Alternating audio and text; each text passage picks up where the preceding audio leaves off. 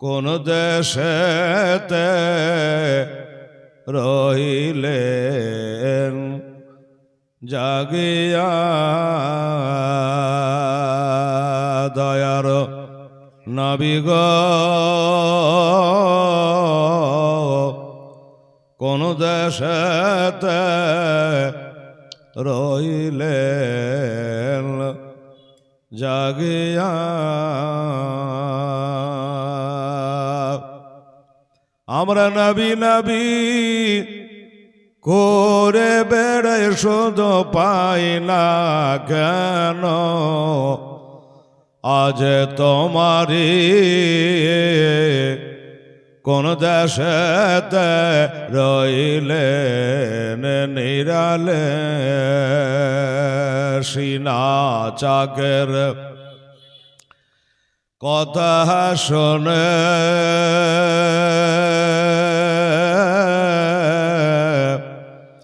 দায় হালিমা এলেন ছোটে ব্যাকুল মনে সিনা চাকের কথা শোনে দায় হালিমা এলেন ছোটে ব্যাকুল মনে আকাশ কান্দে বাতাস কান্দে আর কান্দে চন্দ্র সে তারা আরে নবী নবী করে বেড়াই আমরা পাই না কেন তোমারে কোন দেশেতে রহিলেন জাগিয়ে দয়ার নবী গো কোন দেশেতে রহিলেন জাগিয়া একদিন বসে একটি বড়ি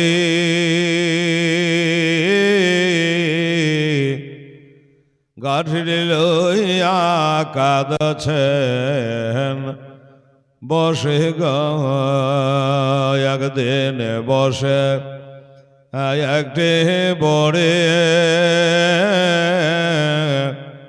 গাড়ি লইয়া কাঁদছেন বসে গো আরে দয়ার নবী ওই বোরের ঘাটে খানা দিলেন পৌঁছায়া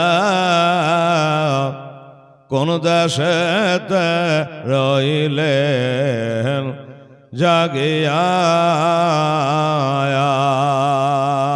বড়ি বলে ওরে সোনা তোমার নামটে আমায় বলো না বড়ি বলে ওরে সোনা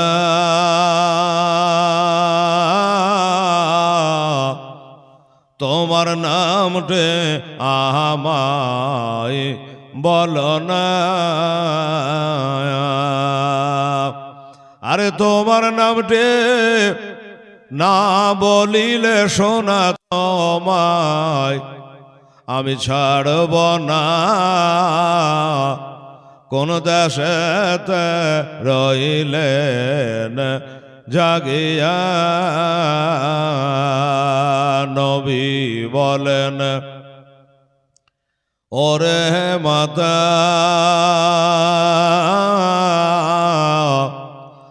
যার ভয়ে ভেগে আসলে হে নবী বলেন ওরে মাতা যার ভয়ে ভেগে আসলে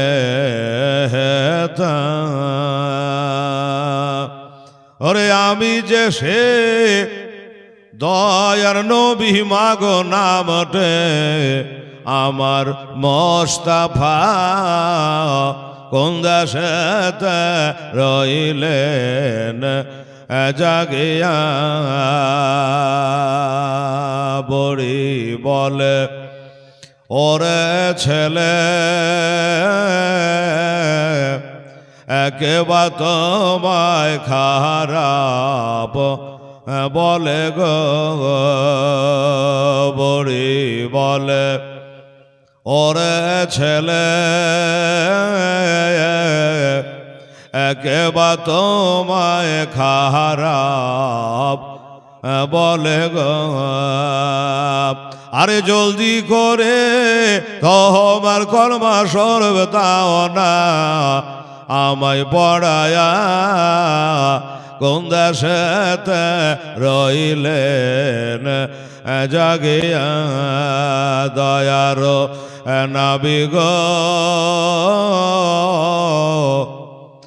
কেন গেলেন দুনিয়া ছাড়িয়া আরে তোমারে না দেখিলে আমি হেলার ঘরে রইতে পারে না কেন গেলেন দুনিয়া ছাড়িয়া আল্লাহুম্মা সাল্লি আলা সাইয়্যিদিনা মাওলানা মুহাম্মাদ ওয়ালা।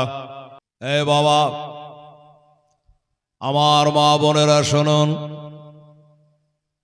এবার ইজিদ একটা চিঠি লিখলো রে বাবা। ওই সে বুসরা শহর ইবনে জিয়াদের কাছে বলে, ইবনে জিয়াদ এই বুসরা শহরটাও আমি তোরাকে দিয়েছি, এবার আরো একটা শহর তোরাকে আমি কুফা শহর দিয়ে দিলাম। যত তাড়াতাড়ি করে পারো ওই কুফা শহরে গিয়ে তুমি ওই নুমান বিন বাশিরকে চেয়ার থেকে নামিয়ে দিয়ে এবার তুমি সেখানকার চেয়ারম্যান হয়ে যাও, গভর্নর হয়ে যাও। এটাই হলো তোমার দায়িত্ব। আর একটা কথা বলে কান করে শোনো, ওইখানে যাওয়ার পরে গদিতে বসার পরে একটাই তোমার কাম হবে, সেটা হলো এই ইমাম হোসাইনের চাচার ছেলে, চাচাতো ভাই ইমাম মুসলিম নাকি এই শহরে ঢুকেছে। হাজার হাজার লোক, কম বেশি 40,000 লোককে বায়াত করে নিয়েছে। এই লোকগুলাকে তোমাকে ঘোরাতে হবে, আর যেইভাবে হোক ইমাম মুসলিমকে খুঁজে বার করতে হবে। বার করে আমার নামে তাকে বায়াত করতে হবে। যদি বায়াত হয় তো ভালো, ইমাম মুসলিম যদি অস্বীকার করে দেয় আমি বায়াত হব না, তাহলে তার শিরচ্ছেদ করে দাও, তাকে কতল করে দাও। ইবনে জিয়াদ কে বাবা এই শিখিয়ে পড়িয়ে পাঠিয়ে দেওয়া হলো। ইবনে জিয়াদ তার ভাই আছে, একটা নাম হলো তার ওসমান। যে ওসমানের এই এজিদের তরফ থেকে চিঠি এসেছে, এই শহরটা তো আমরাকে দিয়েছে ইয়েজিদ, আবার আর একটা শহর আমরাকে দিল, সেটার নাম হলো কুফা শহর।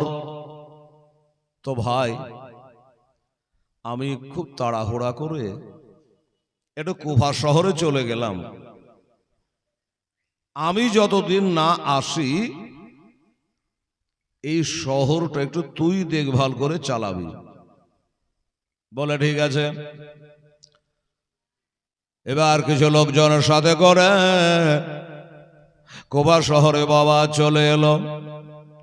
আর ওই যে নোমান বীর বাসীর একটা জান্নাতি লোক, ভালো মানুষ, তাকে এসে বলা হলো আজ থেকে তুমি বাতিল, এখানকার গভর্নর আমি হয়ে গেলাম, আর তোমাকে বাতিল করা হলো এজিদের তরফ থেকে।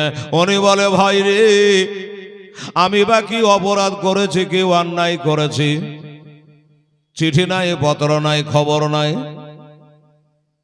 আর হঠাৎ করে আমাকে এই চাকরি থেকে কেন বাতিল করা হলো? গভর্নর থেকে আমাকে বাতিল কেন করা হলো? ইবনে জিয়াদ বলে, তুমি এখনো তাক পাও নাই, এখনো বসতে পারো নাই। তুমি এজিদের নুন খাও আর হোসাইনের গুণ গাও। তুমি এখানকার থাকা সত্ত্বেও ইমাম মুসলিম 40,000 লোককে বায়াত করলো কি করে এজিদের বিরুদ্ধে, হোসাইনের পক্ষে। এই জন্য তোমাকে এখান থেকে সরানো হলো। তোমার হাতে কি তলোয়ার ছিল না, লোকজন ছিল না, গ্রেফতার করতে পারো নাই, তার শিরচ্ছেদ করে দিতে পারো নাই, শহীদ করে দিতে পারো না। আমার নোমান বিন বাশির বলে, ভাই ও কথা বলো না, পাপের কথা বলিও না। আরে যাদের কালেমা পড়ে আমরা মুসলমান হয়েছি, সেই নবীর ঘরের সন্তানকে তুমি কতল করার সাজেশন দিচ্ছ? দরকার নেই।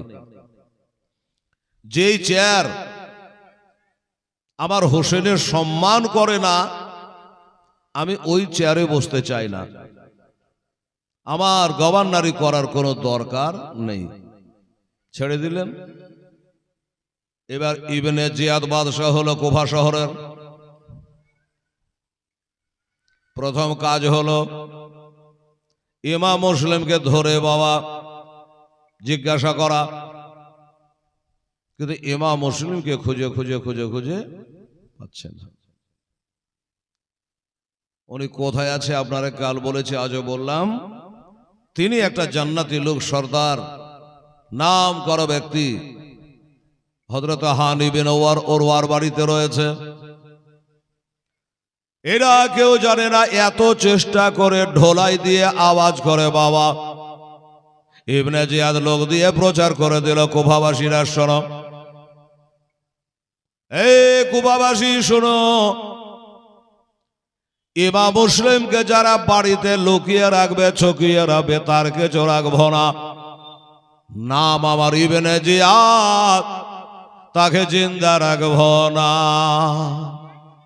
গোটা শহর জুড়ে এলান করে দেওয়া হলো। তারপরও কাজের কাজ হলো না, ধরতে পারল না। আমার মা ফাতেমার ঘরের সন্তান গো, আমার নবী মুস্তাফার ঘরের সন্তান রে বাবা, খুঁজে খুঁজে হয়রান পেরেশান। কোথায় আছে, কোন দিকে আছে, খুঁজে খুঁজে পায় না। ইবনে জিয়াদ মহা চিন্তায় পড়ে গেল, কি করা যায়? এত ডর দেখি, এত ভয় দেখি, এত কিছু বলেও ওই ইমাম মুসলিমের নাগাল পাওয়া গেল না। কি হবে এখন? বসে আছে একটা নওজোয়ান ছেলে, এর বাড়ি হলো মুলকে শাম। ওই জোয়ান ছেলেটা বাবা চলে আসছে। তো ইবনে জিয়াদ জিজ্ঞাসা করে, বাবা একটু কাছে আই তো বাবা, আমার একটা কাজ করে দিবি? ছেলেটা বলল, কি কাজ বলুন তো? বলে, এই দেশে ইমাম হুসাইন রাদিয়াল্লাহু তাআলা আনহুর সতলা চাচতো ভাই ইমাম মুসলিম এসেছে, এত বলে কেহ কোথায় আছে, কার বাড়িতে আছে, কোনো খবর নাই। এই খবরটা যদি বাবা এনে দিতে পারিস, আমার খুব উপকার হয়। না হলে এজিদ আমাকে গভর্নর রাখবে না। ওই জোয়ান ছেলেটা বাবা, এর বাড়ি হলো মুলকে শাম। এ বললে যে, হুজুর শুনেন, এই জাসুসি করা, গোয়েন্দাগিরি করা, আসামি ধরা, এটা হলো আমার বাঁ হাতের খেল। তাই নাকি? বলে, হ্যাঁ, আমাদের বংশ পরম্পরার এই গোয়েন্দাগিরি করার কাম আমরা করি। ও যদি সত্যবাক জমিনের তলেও থাকে, আমি খুঁজে বাহিরকে করবই, খবর আপনাকে দেবই। বাবা তোর মতো লোকেরই দরকার, একটু করে দে না বাবা খোঁজটা। বলো হুজুর কিছু খরচা আছে। কেমন খরচা? বলে 3000 টাকা লাগবে। টাকা আমি খাবো না, ওই টাকাটা সাথে করে নিয়ে যাব, আর ওই টাকাটা ইমাম মুসলিমকে দিয়ে তার হাতে আমি বায়াত হব, না হলে ধরা যাবে না। বাদশার কি আর টাকার কমি? 3000 টাকা ওই মুলকের স্বামীর ছেলেটার হাতে দিয়ে দিল। বের হয়ে গেল ইমাম মুসলিমকে খুঁজতে। তো জিজ্ঞাসা করছে ইবনে জায়দ, হ্যাঁ রে বাবা তোর নামটা তো জিজ্ঞাসা করা হইল না, তোকে 3000 টাকা দিলেন, তুই যদি আর না ঘুরে আসিস তো আমার আর কিছু করার নেই, তোর ঠিকানাটা বল। বলে লিখেলেন বাড়ি হলো মুলকের শাম, আমার নাম হলো মক্কেল গোলাম। লিখে নিল। ঠিক আছে এবার যা, একটু চেষ্টা করবি যত তাড়াতাড়ি হয়। বলে কোনো টেনশন করবেন না। এই টাকা 3000 টাকা নিয়ে ইমাম মুসলিমকে খোঁজার জন্য বের হয়ে গেল। এখানে ওখানে দোকানে মাকানে সব জায়গায় খোঁজে শেষ করে দিল। বাবা সেও পাইল না। আছে তো আছে কোথায়? আপনারা কে বলেছে উনি হযরতে হানি রাদিয়াল্লাহু তাআলা আনহুর বাড়িতে আছে, কিন্তু বাবা রে এই খবরটা কেউ জানে না। এইভাবে খুঁজে বেড়ায়। ছেলেটা বললো যে আমি বড় বড় কথা তো বলে 3000 টাকা নিয়ে নিলাম, যদি খুঁজে দিতে না পারি, ঠিকানা দিতে না পারি, তাহলে আমারও জান যাবে। কি করা যায়?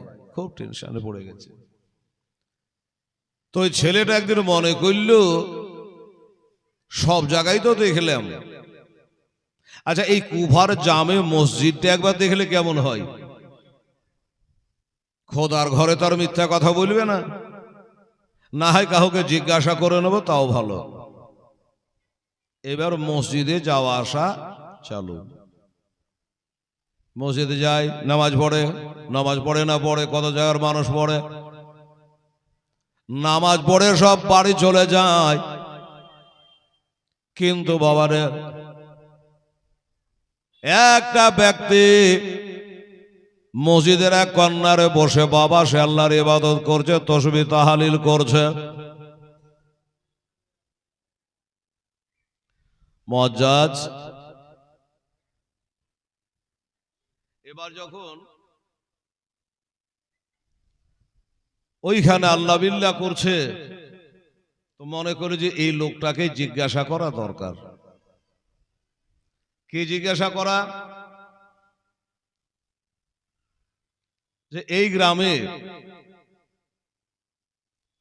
ইমাম মুসলিম কার বাড়িতে আছে, ওই লোকটাকে জিজ্ঞাসা করবো। আশা করি হাতে তসবিহ নিয়ে মসজিদ ঘরে মিথ্যা বলবে না। সবাই তো চলে গেল, দেখে এক পা দুপা করে যায়, গিয়ে পাঁজরে বলে বসে বলে চাচা তসবিহ গন্তে গন্তে বলছে কি হলো রে বাছা?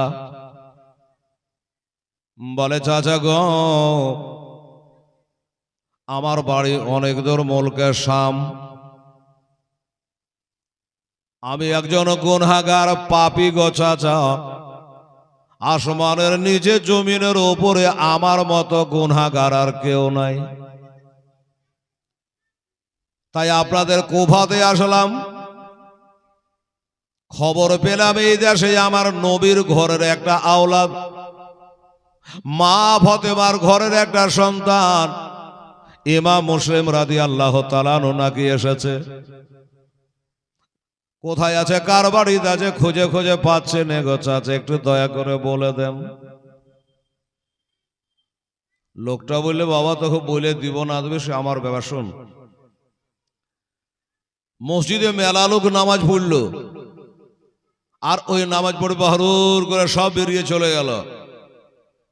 ওরাকে জিজ্ঞাসা করলি না, আমাকে নিয়ে টানাটানি। ওরাকে জিজ্ঞাসা না করে আমাকে জিজ্ঞাসা করছিস কেন? এই ছেলেটা ভাবছে বেটা তো বলবে না, লাগছে যা মেজাজ। তবে আমার একটা জিনিস জানা আছে, সেটা কি, যে কুফা শহরের মানুষেরা খুব পদের লোভী, খুব পদের লোভী। দোস্ত বুজুর্গ, তাই ওকে একটু টুপি পরাচ্ছে যে চাচা শুনুন, অনেক লোক নামাজ পড়লো ঠিক আছে চলে গেল, আপনি বসে আল্লাহ আল্লাহ করছেন। আমি একটু লক্ষ্য করলাম চাচা গো, যে আপনার মতো বড় নামাজি পরহেজগার আমার নজরে পড়ল না। এই লোকটা দেখছে আমাকে যখন এত বড় করছে বলতেই হবে। তাছাড়া আপনার চেহারাতে বলছে চাচা আপনি আলে রসুলকে, আমার নবীর বংশধরকে আপনার মতো ভালো কেউ বাসে না। এইসব দেখে আপনাকে জিজ্ঞাসা করলাম, এর জানা থাকলে বলেন। আর যেই বলেছে বাবা ওই পদের লোভী লোকটা বলল, তাই তো আমাকে বড় নামাজি বলল, পরহেজগার বলল, এত যখন বড় করলে তো বলেই দি। বলে বাবা শোন, ইমাম মশলা কার বাড়িতে আছোটা আমার ভালো করে জানা। মক্কেল গোলাম বলছে হায় রে কুফার মানুষ, তোকে একটু বড় করেছি আর তোর মনটা গলে গেল, বলার লেগে রেডি হয়ে গেলি। আচ্ছা চলো বাবা কার বাড়িতে আছে দেখো, বলে কাম নয়, আমি স্বয়ং তোর সাথে সাথে গিয়ে ওই বাড়ির গেটে পৌঁছে দেব বাবা। এত যখন আমাকে বড় করলে, সম্মান করলি, এবার নিয়ে গিয়ে বাবা বাড়ির গেটে পৌঁছাইয়া দিয়ে বলল, বাবা রে এই বাড়ি বলার নাম হযরত হানি রাদিয়াল্লাহু তাআলা আনহু। দরওয়াজা খাটকাটা, বাড়িওয়ালা বের হয়ে আসবে, তুমি যেভাবে পারো কথা বলো, ভিতরে যাও, আমার ডিউটি শেষ, আমি চলে গেলাম বাবা। ঠিক আছে যান। ও তো আমরা চলে গেল তসবিহ হাতে করে, পা ধাক্কার বাপ, আরবিতে বাবুর মানে দরজা। ওই দরজাই বাবা যখন খাটখাট করে বাড়ি দেয়, বাড়িওয়ালা হযরত হানি রাদিয়াল্লাহু তাআলা আনহু বলে, সমাতে আবার কে এলো দেখি।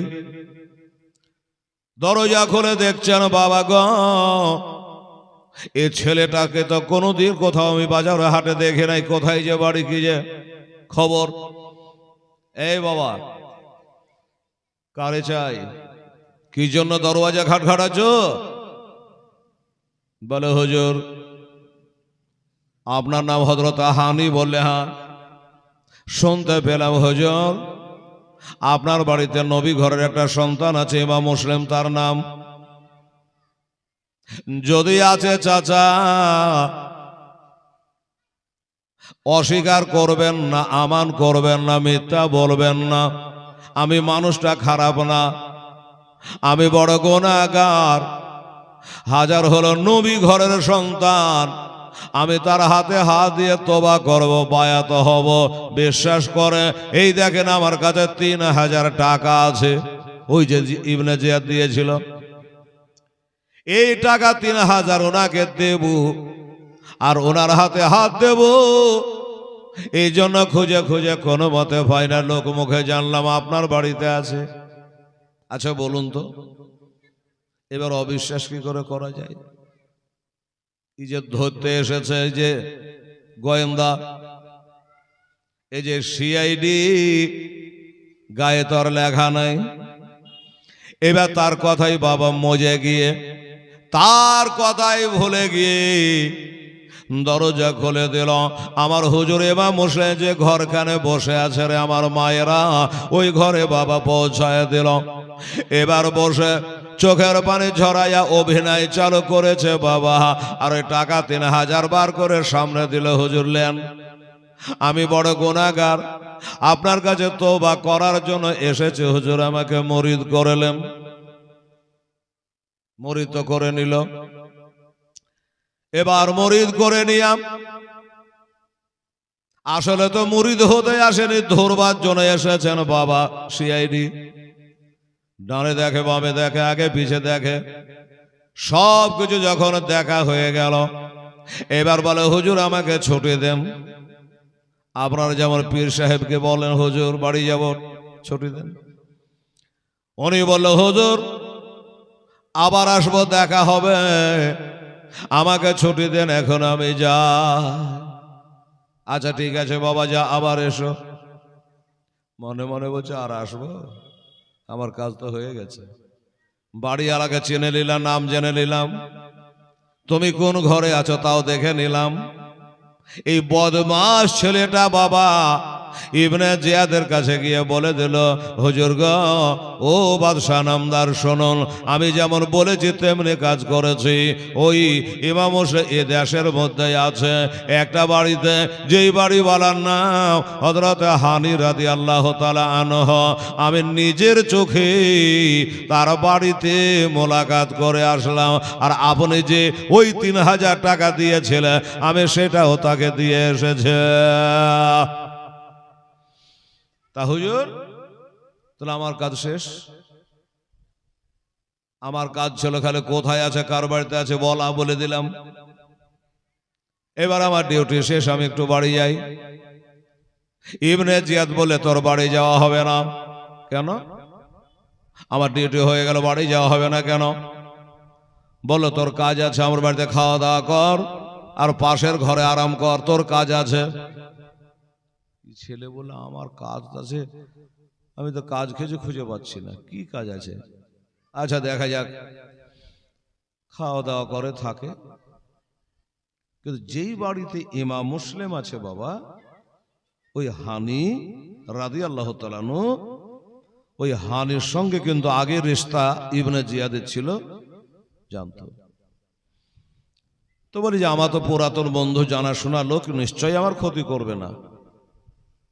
হানিকে ডেকে পাঠালো। ইবনে জিয়াদ একটা বাদশা ডাকলে যেতেই হবে, গেলেন। তুমি সে হানি? বলে হ্যাঁ। আচ্ছা একটা কথা তোমাকে জিজ্ঞাসা করি। বলে কি কথা? বলে এই কুফা শহরের আমি যে হাকিম হয়েছে, গভর্নর হয়েছে, তুমি জানো? বলে জানি।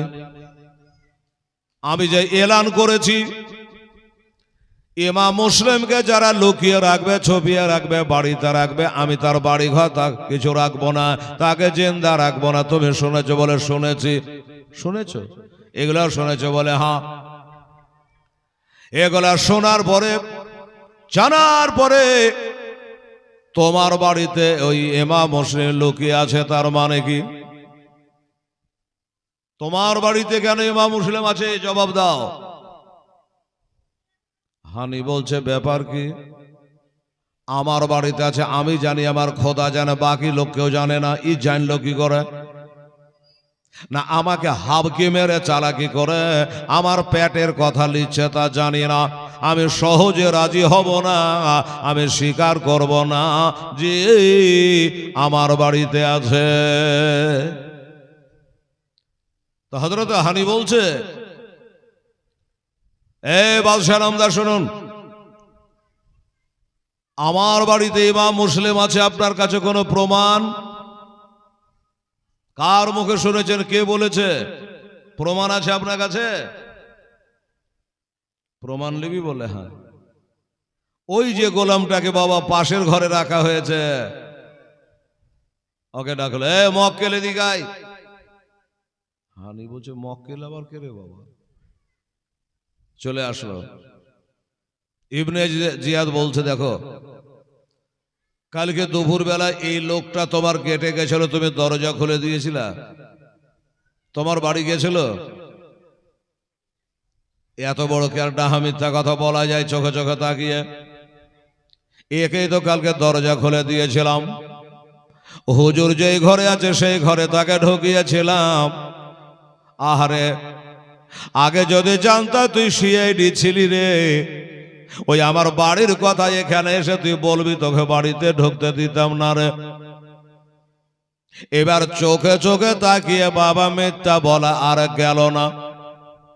তখন হানি বলে দেখুন, ইমাম মুসলিম রাদিয়াল্লাহু তাআলা আনহু আমার বাড়িতে আছে, এটা কথা সত্য, কিন্তু আমি ওনাকে দাওয়াত করে জিয়াভত দিয়ে আনিনি। ও ছিল মুক্তার সাকাফির বাড়িতে, রাতের বেলায় এসে আমার বাড়িতে আশ্রয় নিয়েছে। হাজার হলো নবী ঘরের ছেলে, আমি একটু জায়গা দিয়েছি, নাই করি অন্যায় করেছি করি, আমি ওকে জায়গা দিয়েছি।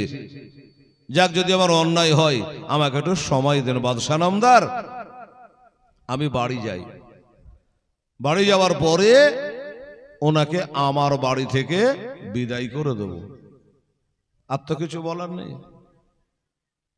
ইবনে জিয়াদ বলে, তোর বাড়ি আর যাওয়া হবে না, মারতে আরম্ভ করলো।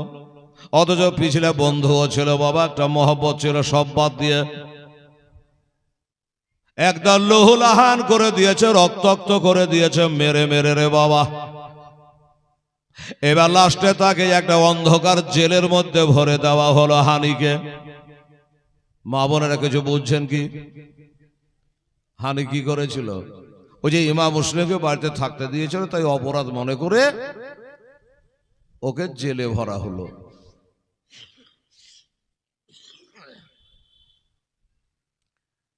জেলে ভরে তালা মেরে দেওয়া হলো। তা হানি জিজ্ঞাসা করছে, ভাই শোনো, আমাকে জেলে ভরা হলো, এটাই 1 বছরের জন্য না 2 বছর না 2 মাস কি 6 মাস, কতদিনের জন্য একটু জানতে পারি কি? বলে, হ্যাঁ পারো। তোমার জেলের তালা আজ খুলবে না, কাল খুলবে না, কবে খুলবে জানো? কবে খুলবে? বলল, তুমি যে ইমাম মুসলিমকে বাড়িতে জায়গা দিয়েছো, একে যতক্ষণ পর্যন্ত শহীদ করতে না পারি তোমার জেলের তালা খুলবে না। ওই জেলখানায় বাবা পড়ে পড়ে কাঁদছে। এদিকে গোটা শহরের ভিতরে একটা মিথ্যা কথা রটে গেছে, কি জানেন? যে ইবনে জিয়াদ ওই হানিকে নাকি কতল করে ফেলেছে। আমি কি বললাম? একটু মারা ধরা করে রক্তাক্ত করেছে, কিন্তু মার্ডার করে দেয়নি, কিন্তু কথাটা রটে গেছে যে ওনাকে কতল করে ফেলেছে। আর কি বলবো রে বাবা, রে বাবা, একটা দেশের ভালো মানুষকে যদি কেউ ধরে মারে, সবাই তার দিক থেকে বলবে লোকটা খুবই ভালো ছিল এবং দেশের সর্দার ছিল। এলাকার যত মানুষ বাবা, হাজার হাজার মানুষ মিছিল বাহির করলো, চল ইবনে জিয়াদের রাজধানী ঘেরাও করব। আমাদের দেশের একটা পরহেজগার ব্যক্তি, গণ্যমান্য ব্যক্তি, নাম করা ব্যক্তি, তাকে কতল করলো কেন, আর জবাব আমরাকে দিতে হবে, না হলে ইবনে জিয়াদ তোকে গদি ছাড়তে হবে। হাজার হাজার লোক মিছিলে চলে গেল। ইবনে জিয়াদ বললে, তো বড় মুশকিলে বনুরে বাবা, এত লোক, সবারই একটাই বল, আমরাকে জবাব দিতে হবে করে। তার উজিরকে বলে, এই শোন, এরা মিছিলে কি বলছে শুন তো ভালো করে, কান দিয়ে, কি দিতে হবে বলছে। উজির কান দিয়ে শুনে বললে, হুজুর ওরা যা চাইছে আপনার দিতে পারবেন আপনি। কি বলছে? ওরা বলছে আপনি নাকি ওই হানিকে কতল করে ফেলেছেন, তার জবাব চাইছে, কিন্তু আপনি তো কতল করেননি, জেলে ভরে রেখেছেন। আচ্ছা, এই জবাব চাইছে বলে, হ্যাঁ ঠিক আছে আসতে দাও। মিছিল চলে আসলো, কাছাকাছি হলো। ইবনে জিয়া চিৎকার মেরে বলে, শোনো এ মিছিলওয়ালারা, কান করে শোনো, আর হই হই করতে হবে না, বন্ধ করো তোমাদের মিছিল। কে তোমরাকে বলেছে আমি হানিকে কতল করে ফেলেছি? কার মুখে শুনেছ? শোনা কথা বলে মিছিল বাহির করে দিয়েছ? ওনাকে যদি তোমাদের দেখাতে পারি, দেখান, কোনো ব্যাপার না, দেখিয়ে দেন, আমরা জানি যে কতল করে দিয়েছেন, তাহলে ওনাকে দেখান। বাদশাহ বলে, এত হাজার হাজার লোক আমার জেলে আটবে না। আরে হাজার হাজার লোককে দেখাতে পারবো না, শোন তোমাদের মধ্যে যারা নেতা, মাথা, মেম্বার, প্রধান, মোড়ল, সর্দার আছে, এই গোছের 10টা লোক আসো, ওরা দেখে যাবে আর তোমরা কেউ বলে দেবে তোমাদের দেখা হয়ে গেল। ঠিক আছে, তাই হলো। এই সর্দার সাহেব, এই মোড়ল সাহেব, এই মেম্বার সাহেব, আপনারা যান দেখে আসেন, এসে আমরাকে বলেন। ঠিক আছে, এবার গেল, জেলের জানলা দিয়ে দেখা হলো। জেলে পড়ে পড়ে বাবা কাঁদছে। এই মা বোনেরা, ভাইয়েরা, জেলখানে পড়ে পড়ে হযরত হানি রক্তাক্ত হয়ে ভাই, খাওয়া নাই, পিয়া নাই, ঘুম নাই, আরাম নাই, বিশ্রাম নাই, পড়ে পড়ে কাঁদছে গো। এবার ওই মেম্বার, প্রধান, মোড়ল, সর্দার এরা নিজের চোখে দেখে নিয়ে লজ্জায় পড়ে গেল যে আমরা কার মুখে কোন কথা শুনে মিছিল বাহির করেছিলাম, কিন্তু না, ওই তো হানি জেলখানার মধ্যে জীবিত অবস্থায় আছে। মিছিল ভেঙে গেল। এরা কেমন দেশের মানুষ একটু বোঝেন তো বাবা।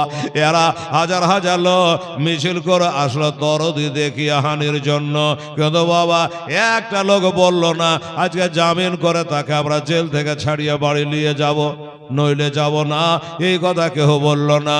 এবার মিছিল ছত্রভঙ্গ হয়ে গেল। এবার যেদিকে যাবার সব চলে গেল মিছিল, সে ওই দিকে বাবা মাগরিবের আজান হলো ওই কোভার জামে মসজিদে। মাগরিবের আজান হলো। এখন ইমাম মুসলিম বলল, পাড়াতে লোকজন এত কম কেন? একজন বলল, হুজুর সব মিছিলে চলে গেছে, কেউ নাই। আচ্ছা, ওই যে আপনাকে থাকতে দিয়েছিল না যে লোকটা, ওই লোকটাকে মার্ডার করে দিয়েছে নাকি, তাই সব মিছিল করে গেছে, তাই পাড়াতে লোকজন অত নাই। যাই, মাগরিবের নামাজের আজান হলো, একটু জামাতের নামাজটা পড়ে আসে। লোক কম হোক আর বেশি হোক, মাগরিবের নামাজ পড়তে গেলেন, শহরের লোকজন নাই। তাও হলো কত? কেতাবে লিখছে প্রায় কম বেশি 500 জন মানুষ। মিছিলে যাওয়ার পরও 500 জন মানুষ আমার ইমাম মুসলিমের পিছনে ইক্তেদা করে মাগরিবের নামাজে দাঁড়িয়ে গেল। মাগরিবের নামাজ মুকিমের জন্য 3, মুসাফিরের জন্য 3, ছেলেদের জন্য 3, মেয়েদের জন্য 3 রাকাত ফরজ। এবার মাগরিবের নামাজ 3 রাকাত পড়ে নি, আসসালামু আলাইকুম রাহমাতুল্লাহ, আসসালামু আলাইকুম রাহমাতুল্লাহ। এবার সালাম ফিরে একটু দোয়া করবে রে বাবা। ইমামের আগে দেখেন একটু ঘুরে বসে। এবার ঘুরে যদি বসতেছে, ওই 500টা মানুষের মধ্যে বাবা 5টা মানুষও নাই, একটা মানুষ সব পালিয়ে গেছে। ইমাম মুসলিম বলে, ব্যাপার কি? আমার 40,000 লোকই বা কোথায় গেল? আর 500 জনা মানুষ নামাজ পড়ছিল, তারাই বা কোথায় গেল? এরা মাটির তলে ঢুকে গেল না আসমানে উঠে গেল? কোথায় চলে গেল? কারে জিজ্ঞাসা করব, কে বলবে? মা বোনের আগো এবার তাকিয়ে দেখছে যেখান করে মানুষ মসজিদে ওযু করে, ওই ওযুখানাতে পানির হাউজের কাছে একটা ছেলে বসে আছে, একটা লোক বসে বসে ওযু করছে, আর বাবা ইমাম মুসলিমের দিকে তাকাচ্ছে। তো ইমাম মুসলিম মনে করলেন কপালে যাই হোক, ওই লোকটাকে একটু জিজ্ঞাসা করব যে ভাই তুই কি কিছু জানিস? এই যে 500টা লোক আবার পিছিয়ে নামাজ পড়তে দাঁড়াইলো, এবার সালাম ফিরিয়ে তুই ছাড়া আর কেহ নাই, তা এরা গেল কোথায়? ছেলেটা বলছে, হুজুর আপনি যখন কেরাত করেন, নামাজ পড়েন, রাস্তা দিয়ে একজন এলান করছিল আর বলছিল যে ইমাম মুসলিমকে যারা বাড়িতে থাকতে দেবে, আশ্রয় দেবে, তার ডিহিতে ঘুঘু চড়াবে, তাকে মার্ডার করে ফেলবে, তাকে জিন্দা রাখবে না, এইভাবে রাস্তা দিয়ে বলতে বলতে যাচ্ছিল, আপনি ওদিকে কেরাত করছে, আপনার কেরাত শোনা বাদ দিয়া ওইদিকে তাদের কান চলে যায়। কে জানি এবার যদি মাগরিবের নামাজ শেষ করি তাইলে হয়তো নামাজ পড়ে ওদের ধারণা আমার বাড়ি যেতে চাইবে, ও বলবে আমার বাড়ি তোমার বাড়িতে থাকতে দাও, এই বলে যদি জায়গা চায় তাহলে জায়গা দিলে আমার বাড়ি ঘর কিছু রাখবে না, আমাকেও জিন্দা রাখবে না। এই ভয়ে সবাই পালিয়ে গেছে। হুজুর তুমি পালাওনি কেন? বলো হুজুর জামাত ফেল, আমার দেরি হয়ে গেছে হুজুর বাড়ি হানে আসতে, আমার জামাত ফেল। হয়তো ভাবছে যে সবাই তো পালিয়ে গেছে, এই লোকটা এই ছেলেটাই মনে হয় আমাকে খুব ভালোবাসে, ওর লেগে মনে হয় লক করে বসে আছে আর বাকি পালিয়ে গেছে। ওই যে বক্তারা বকে না, মাঝে মধ্যে একটা আউট কথা বলে যে কোন মৌলবী রে বেটি রে, কোন মৌলানা বলে ওয়াজ করে তো চেয়ারে বসে গিয়ে চোখ বন্ধ করে 3 ঘন্টা না পুজলে চোখ খুলবে না। তো 3 ঘন্টা পরে ওই বক্তা চোখ খুলে দেখছে তো বাবা একটা লোকও নাই, সব চলে গেছে, কেবল বসে আছে তো এক বুড়ি, ওই বুড়ি লোক করে বসে আছে। তো বক্তা বললো যে যাক সবাই চলে গেছে, যাক আমার ওয়াজ যদি বুঝে তো এই বুড়ি বুঝেছে, না হলে তো ও চলে যেত। আল্লাহ তোকে জান্নাত দেখ, মা তুই আমার জালসাটা ভালোই বুঝেছিস আর তুই একলাই বসে আছিস। তো বুড়ি কি বলছে জানেন? যে বেটা তোর জালসার লেগে আমি বসে নাই, তোর দোয়ার লেগাও তাকিয়া নাই, তো বসে আছো কেন? বলছে হুজুর গো মৌলানা আপনি চোখও খোলে না, বলতেও পারি না, ওই যে লাল মতো চেয়ারখানা আপনি বসে জালসা করছেন, ওই চেয়ারখানা আমারই, ওই চেয়ারখানা আমারই। আমি খালি আল্লাহ আল্লাহ করছি, একবার চোখ খুলে তাকাই তাহলে ইশারা করো যে উঠো আর চেয়ারখান দাও। তা আপনিও তাকাচ্ছেন না, চেয়ারও পাচ্ছে না, 500 টাকা চেয়ার ছেড়ে যাব। বক্তা মনে করলে তাহলে তুই আমার মহব্বতে নাই, চেয়ারের লেগে না? বলে হ্যাঁ চেয়ারের লেগে বসে আছি, তোর লেগে বসে নাই।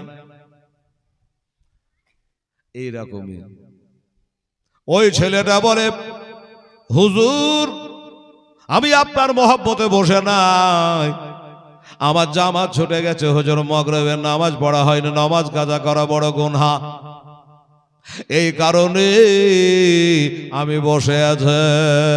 বাবারা আমার মা বোনেরা, ইমাম বলল বাবারে তুই ডরাইস না, ভয় করিস না, আমি তোর বাড়ি যেতে চাইব না, তুই তাড়াতাড়ি সময় চলে যা, যাকে নামাজটা আদায় কর, নামাজটা আদায় কর। আমি চলে গেলাম, লোকটা ছেলেটা নামাজ পড়তে লাগলো। আর ইমাম মসজিদ থেকে বেরিয়ে এই যেমন আপনাদের রাস্তার এই মাদ্রাসা, এর রাস্তা দিয়ে হেঁটে হেঁটে হেঁটে হেঁটে চলে যাচ্ছে।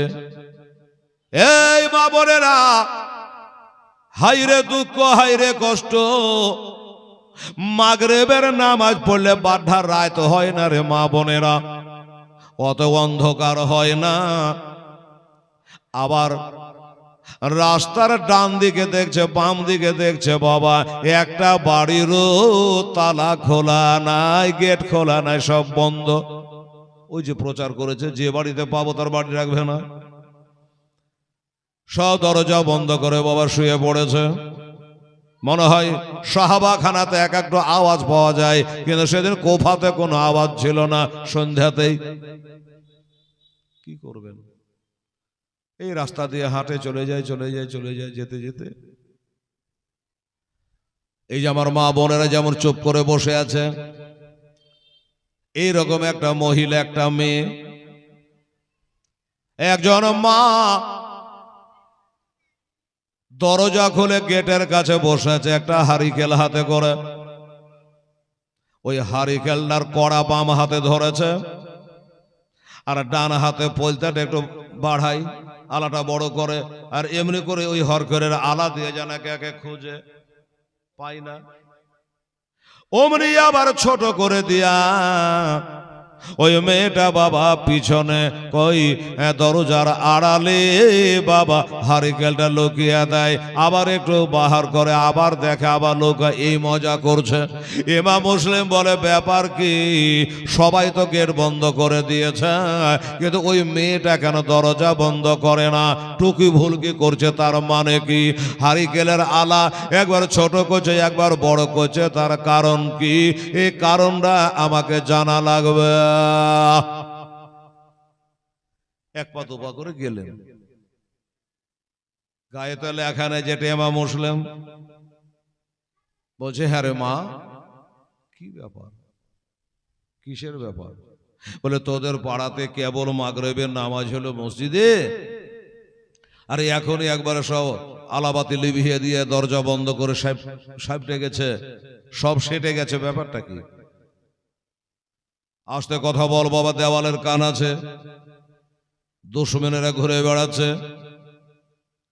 কি জন্য বাবা আজকে দেখো সন্ধ্যাবাতি দেয় নাই? ওই ইমাম মুসলিম রাদিয়াল্লাহু তাআলার নামে একটা মা ফাতেমার ঘরের ছেলে, আমার নবী বংশের একটা ছেলে নাকি এই দেশে এসেছে। ওই ছেলেটাকে যারা বাড়িতে থাকতে দেবে তার বাড়ি ঘর কিছু রাখবে না, এখনই এলান হয়ে গেল, এখানে প্রচার করে গেল, এই কারণে সব দরজা বন্ধ করে দিয়েছে। উনি নাকি মসজিদে নামাজ পড়তে গেছে, এখনই আসবে। আচ্ছা, কিন্তু মেয়েটা জানেন আমি কার সাথে কথা বলছি? এটাই যাই ইমাম মুসলিম, এটা মেয়েটা জানে না রে বাবা। যাই হোক, তো ইমাম জিজ্ঞাসা করছে মা গো, সবাই জানের ভয়ে বাড়ি ঘর বাঁচাবার লেগে, জান বাঁচাবার লেগে সবাই দরজা বন্ধ করে দিয়েছে, আর তুমি কেন খুলে রেখেছো? তোমার মরণের ডর নাই? কেন দরজা খুলে বসে আছো? আর এমনি করে হারকেলের আলা দিয়ে কি খুঁজছিলে? বলছে বাবা শোনো, আমিও দরজা বন্ধ করে দিতাম, হারিকেলটা ফু দিয়ে লিভিয়ে দিতাম, পারলাম না রে বাবা। কেন পারলে না? বলে বাবা আমার কত সাধনা করে, কত মানত মেনে, কত ইবাদত করে আল্লাহর কাছে একটা বেটা চেয়ে নিয়েছিলাম বাবা। আমার ওই বেটার নাম রেখেছে আদর করে বেলাল। ওই সে বেলাল ইবনে জিয়াদের দরবারে চাকরি করে বাবা। বেলা 4টাতে বাড়ি চলে আসে ডেলি আমার বেটা। আর আজকে যে আমার বেটার কি হলো জানি না, এতটা বেলা হয়ে গেল এখনো বেটা বাড়ি আসলো না। তাই বড় চিন্তায় পড়েছে বাবা, এ হাত কাটলো দরদ, এ হাত কাটলো দরদ। বাবা গো, যদি দরজা বন্ধ করে দিই আমার বেটা বাড়ি ঢুকতে পারবে না, এই জন্য বসে আছি। আচ্ছা বুঝে গেলাম মা, তাহলে তোমার বেটা আসতে গেলে তুমিও দরজা বন্ধ করবা? বলে হ্যাঁ ঠিক আছে। মারে একটা কথা বলবো? কি কথা বলো? আমাকে খুব পিয়াসা লেগেছে মা, আল্লাহ তোর ভালো করবে, আমাকে একটু পানি পান করাতে পারবি মা? মেয়েটা চিন্তা করলে এখানে মাগরিবের নামাজ পড়ে ওঠনো, আর বেচারা পানি চাইছে। এই ছেলেটা হিন্দু না মুসলমান, ইহুদি না নাসারা, ওইসব জানার আমার দরকার নাই। আমার কাছে হাত পেতে একটু পানি চাইছে, যার অপার নাম হলো জীবন, পানি ছাড়া প্রাণ বাঁচে না। আমি না বলবো কি করে? আচ্ছা বাবা একটু বস রে বাবা, পাড়ার অবস্থা ভালো নয়, ভয় ভয় লাগছে রে বাবা, কখন যে কি হয়ে যায় জানি না। তুমি বসো, আমি যাই। পানিতে লিয়া নাই, রান্না ঘরে গেল, একটা লোটাই করে বাবা 1 লোটা ঠান্ডা পানি ঢেলে এনে বাবা দিল, যে লে বাবা পান করে লে। লোটাটা নিল, বিসমিল্লাহ বলে বাবা মুখে লাগাইলো, পান করে নিল, লোটাটা ঘুরিয়ে দিল। মা এলা তোমার লোটা, তুমি ঘুরিয়ে লাও মা, পানি পান করেছি, আমার আত্মা ঠান্ডা করে দিয়েছিস মা, কালে হাসরে তোর আত্মা ঠান্ডা হবে। মেয়েটা লোটাটাকে নিয়ে ওই রান্নাঘরে আবার থুয়ে আসছে। তো লোটা নিয়ে আসছে, তো উনি বসে আছে। মেয়েটা বলছে, ব্যাপার কি রে বাবা, মতলব কি? পানি চাহালি, পানি দিন, তোর পানি পান করা হলো, আমি লোটাটা রেখে চলে আসলো, তুই এখনো যে বসে থেকে গেলি, বাড়ি যা। আসলে কি বাড়ি ওই দেশ ওনারা আছে তাই বাড়ি যাবে? আর বাড়ি যদি থাকবে তোর কাছে পানি চেয়ে খাবে কেন? আপনারাই বলেন। বলে মারে পানি তো পান করালি মা, কাল হাউজে কাউসারে পানি দিয়ে তোর আত্মা ঠান্ডা করে দেবো মা।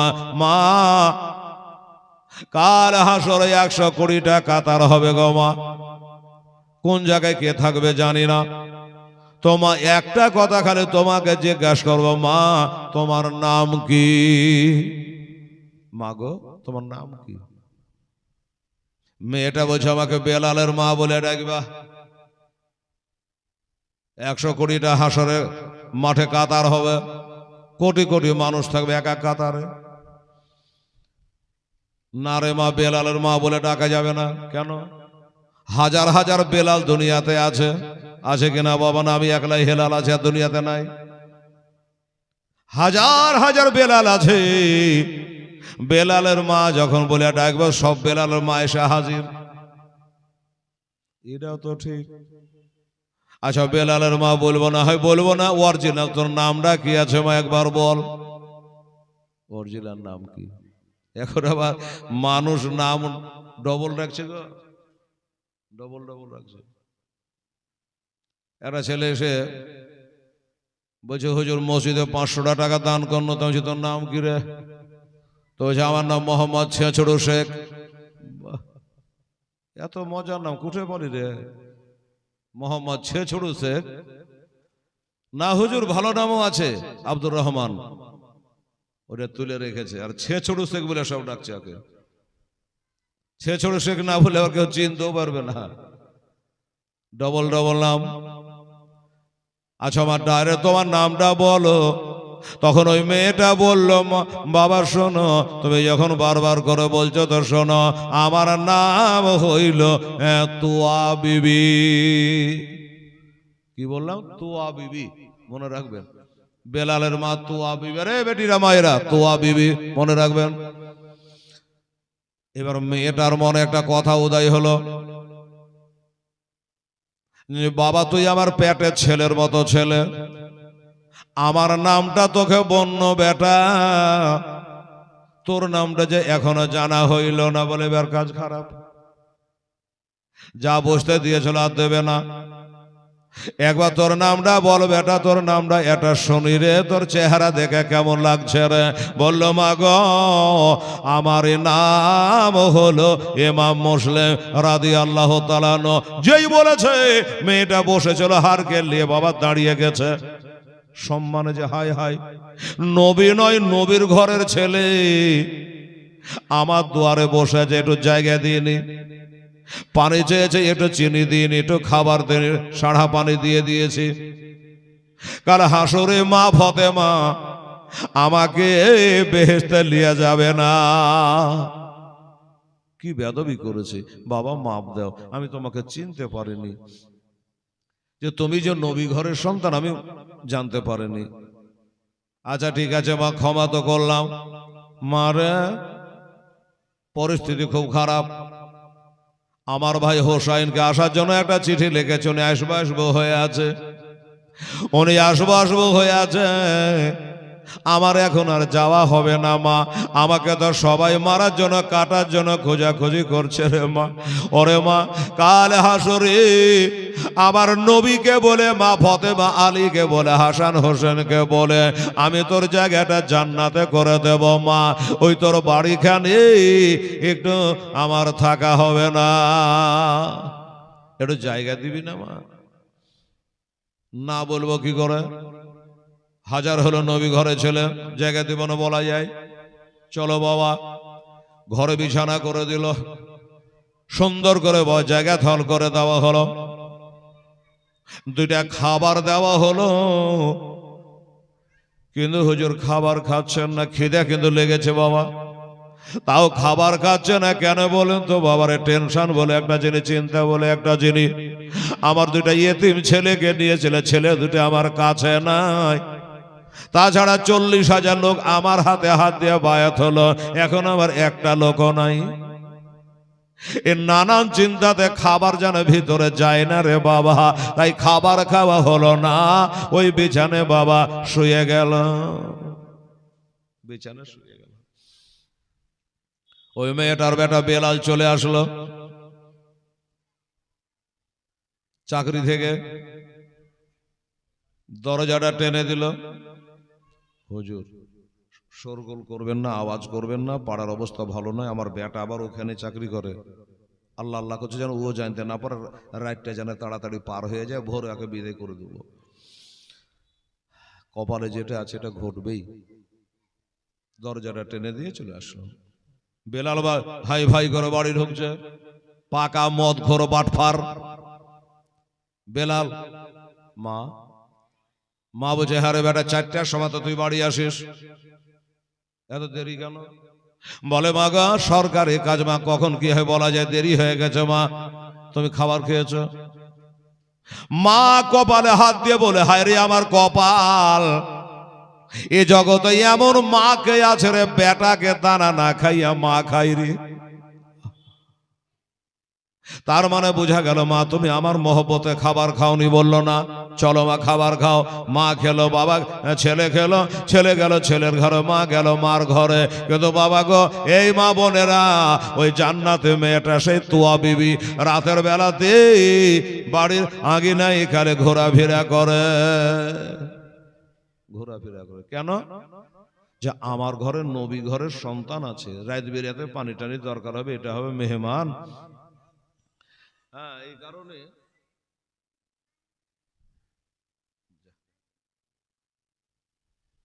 বেরাদারান ইসলাম সামাইনে কেরাম, এবার বলল আমি আজকে ঘুমাবো না। এই করে ঘোরাঘুরি করছে, ঘুরতে ঘুরতে ওই মেয়েটার বেটা সেই বেলাল একবার দেখে ফেলেছে। কি দেখেছে? আমার মা, মাকে তো সন্দেহ করতে হয় না, এই বাড়িতে আমি আর আমার মা ছাড়া কেউ নাই।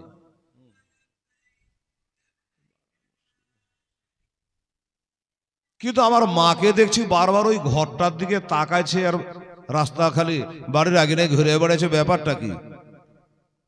এই চিন্তা উঠে আসলো। মা, আরে আমার বেলাল তো তাহলে ঘুমায়নি। কিরে বেটা ঘুমাইসনি? আমি তো ঘুমাইনি, কিন্তু বেটা তুইও ঘুমাইসনি? বলল না। তোমাকে একটা কথা জিজ্ঞেস করি মা। কি কথা বল? এই বাড়িতে তুমি আর আমি ছাড়া তেসরা কেউ নাই, তুমি ওই ঘরটার দিকে বারবার তাকাচ্ছ, যাওয়া আসা করছো, ব্যাপারটা কি? বলে ব্যাপার কি, তোকে অত জানতে হবে না, লক্ষ্য করে ঘুমা। ছেলে বলছে ঘুমাবো না, বলতে হবে, না বলে ছাড়বো না। মদ মাতাল ছেলে, শুনবি? বলে হ্যাঁ কাছে আয়। লক্ষ্য করে বলে শোন রে, বেটার হাতটা ধরে নিয়ে মাথায় দিয়ে বলছে, বেটা শোন, ওই ঘরে কে আছে জানিস? আমি তোকে বলে দেব, কিন্তু বেটারে আমার মাথার কসম দিলে রে বেটা, আমি তোকে বলবো তুই যেন কাউকে বলিস না। যদি বলে দিস রে বেটা, আমি তোর মা, তোকে দুধের দেনা মাপ দিব না। আমি তোকে দুধের দেনা মাপ দেব না। আচ্ছা ঠিক আছে বলো। বলে দিল। ইমাম মুসলিম রাদিয়াল্লাহু তাআলা নয়, ওই ঘরে আছে বেটা, খবরদার কাউকে বলিস না। এবার এই মদখোর তাড়িখোর ই ভাবছে রাত কেন যায় না। সকাল হলো বাবা, এবার ডিউটিতে যাচ্ছে, আর ওদিক থেকে 20-22টা লোক দৌড়ে দৌড়ে চলে আসছে। মাঝপথে বেলালের দেখা। এই কোথায় তোমরা? ঘোড়ায় চড়ে কোথায় যাওয়া? খাট খাট খাট খাট খাট খাট করে ঘোড়ায় চড়ে কোথায় যাওয়া? তো বলছে বেলাল রে, ওই ইমাম মুসলিম কার বাড়িতে যে আছে খুঁজে পাওয়া যায় না, তাই ঘোড়ায় চড়েছি, আজও চড়েছি, কালও চড়েছি, যতদিন না ইমাম মুসলিমকে খুঁজে বাহির করতে পারবো ঘোড়া থেকে নামবো না। যখন বলেছে বেলাল, দেখবেন কিছু ছেলে আছে কিছু মেয়ে আছে, এই যে আমার মা বোনের আছে, আপনারাও আছেন, আমরাও আছি, অনেক ছেলে আছে অনেক মেয়ে আছে যে বাবা পেটে কথা থাকবে না, বাবারে 3 বেলায় 300 রসগোল্লা দেন, ফিনিশ, হজম, কিন্তু একটা কথা যদি বলে দেন,